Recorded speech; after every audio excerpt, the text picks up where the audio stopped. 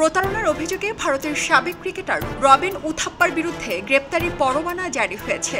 একটি ব্যবসা প্রতিষ্ঠানের কর্মীদের বেতন থেকে ভবিষ্যৎ তহবিলের অর্থ কেটে নেওয়ার অভিযোগ উঠেছে তার বিরুদ্ধে। সেন্সারাস লাইফস্টাইল ব্র্যান্ডস প্রাইভেট লিমিটেড নামের প্রতিষ্ঠানটির অন্যতম পরিচালক উথাপ্পা নিজেই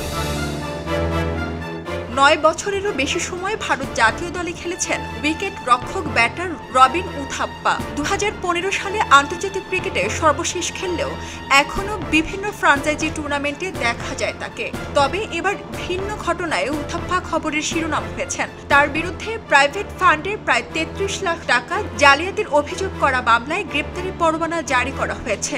পরে তার নামে ভারতের প্রভিডেন্ট ফান্ড ও বিধান আইন 1952 অনুসারে মামলা করা হয়।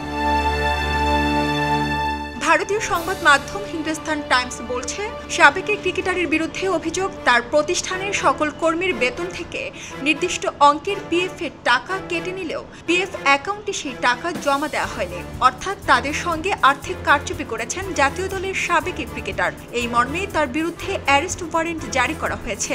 জানা গেছে 27 ডিসেম্বর পর্যন্ত গ্রেপ্তার এড়ানোর সময় রয়েছে উথাপ্পার সামনে। 27 ডিসেম্বরের মধ্যে তার সংস্থায় কাজ করা কর্মীদের পিএফ এর টাকা যদি ফিরিয়ে দেন সেক্ষেত্রে তাকে আর গ্রেপ্তার করা হবে না। কিন্তু টাকা না দিতে পারলে কারাগারে যেতে হবে। আইপিএলে একসময় কলকাতা নাইট রাইডার্সের হয়ে খেলা এই উইকেট রক্ষক ব্যাটারকে।